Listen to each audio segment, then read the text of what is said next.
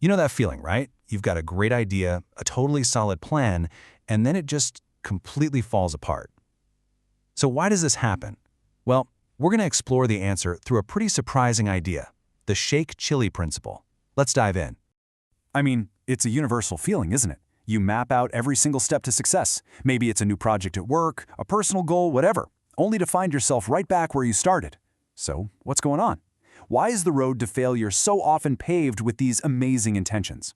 The answer, and this might surprise you, doesn't come from some modern business guru or a productivity expert. Nope, it actually comes from a beloved, and let's be honest, kind of foolish hero from South Asian folklore. And trust me, his mistakes are a masterclass in what not to do. So meet Sheikh Chilli.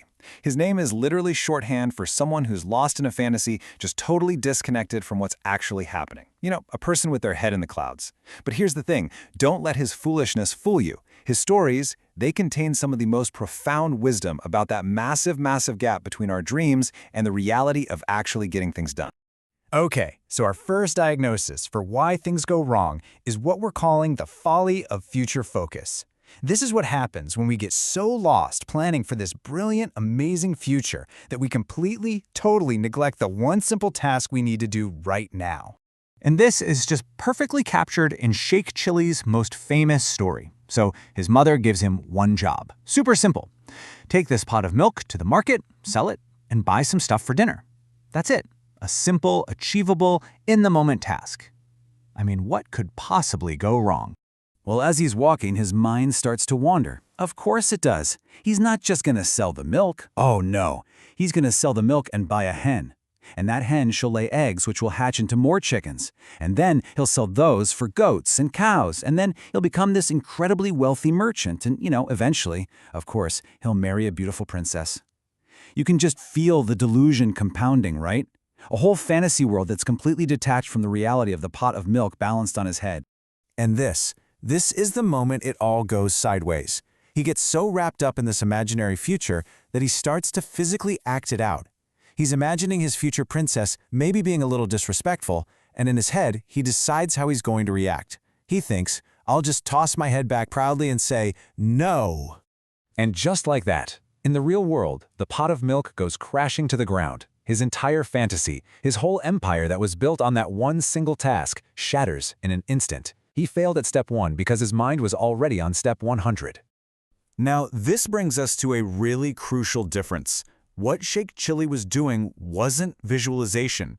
See, visualization is what an athlete does. They mentally rehearse a perfect free throw to support their physical practice. Sheikh Chilli was daydreaming. It's a fantasy that completely replaced the physical action of, carefully carrying the milk. So, if daydreaming is the problem, is the solution just to act? Just do something? Well, not so fast.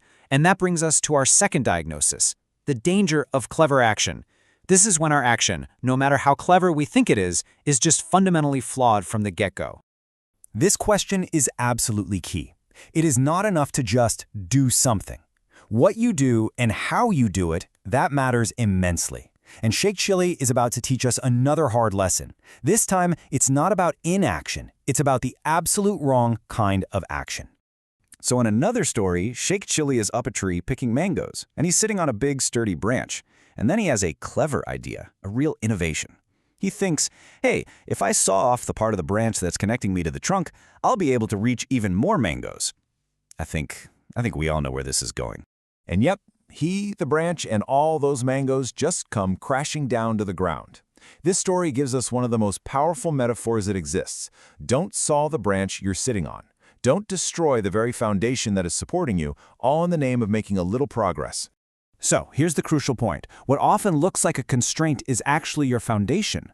Think about it in business. We might complain about a slow approval process, but really, what is that? It's quality control, preventing a total disaster. We might see expensive senior staff, but what are they? They're the expertise preventing costly, catastrophic errors. Sheikh Chilli saw the branch as a limitation, when in reality, it was the only thing holding him up. All right, so we've diagnosed the problems. Now let's put these lessons together into a tool you can actually use. Let's build the anti-Chilli checklist, a really simple way to gut check our plans before we make a mess. Okay, so before you move forward on any plan, just ask yourself these questions. First, the milk pot test. Am I actually focused on step 1, or am I lost somewhere around step 100? Second, the branch test. Is this inefficiency I'm about to cut actually the foundation holding this whole thing up? And finally, a third one, the blanket test. Am I really adding to my resources, or am I just dividing what little I have into smaller, less effective pieces? And this is why these stories have stuck around for centuries.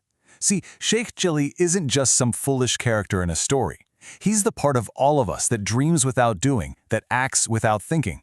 He's that supreme confidence we sometimes feel right before a massive failure. Recognizing our own inner Sheikh Chilli, that's the first step to keeping him in check. So I'll leave you with this question. Look, the goal isn't to kill the dreamer. We absolutely need those big visions. But dreams are useless without a doer who is grounded in reality. So as you go about your day, just ask yourself, who's in charge right now? Is it the dreamer, building castles in the air? Or is it the doer, carefully carrying the milk? Because that answer, it makes all the difference.